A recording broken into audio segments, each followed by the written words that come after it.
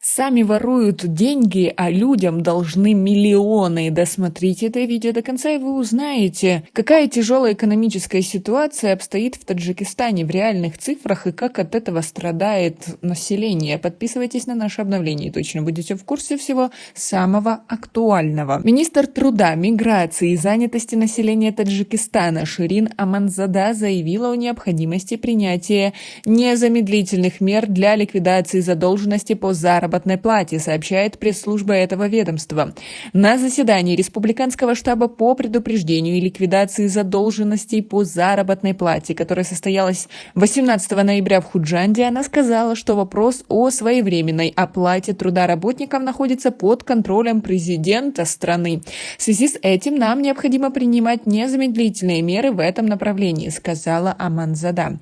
А вам вовремя выплачивают зарплату, и знаете ли вы людей, которым государство должно? Свои ответы напишите нам, пожалуйста, в комментарии.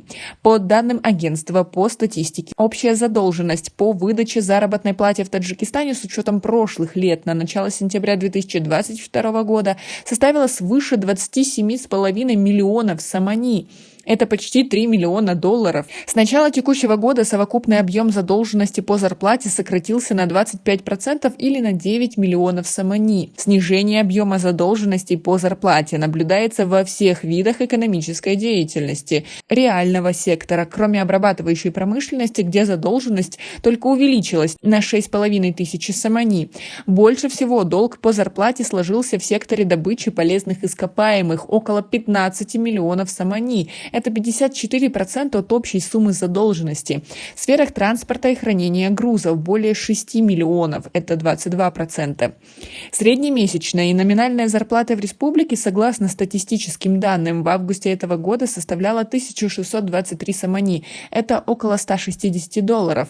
Сравнительно больше в Таджикистане получают сотрудники банков и страховых компаний, где средняя зарплата составляет 4949 сомани. В долларах это примерно 485. Наиболее низкая зарплата у работников аграрной отрасли – 672 сомани или $66. Также стало известно, что многие аграрии, которые в этом году выращивали хлопок, могут остаться только в минусе, потому что их государство никак не поддержало. Напомним, что с 1 июля 2022 года повысилась заработная плата работников органов власти и государственного управления, учреждений образования, культуры, спорта, здравоохранения и других бюджетных организаций в размере от 20 до 25%. Минимальный размер заработной платы для всех экономических и социальных сфер Таджикистана на сегодня составляет 600 сомани, около $57. Как вы относитесь к тому, что государственное управление постоянно поднимает себе зарплаты, а тем самым задолженность перед населением никак не решается? Как вы относитесь ко всей этой ситуации? Есть ли у вас знакомые, которые страдают от этой проблемы? У нас пока на этом все. Оцените наше видео подпиской и лайком. До скорой встречи!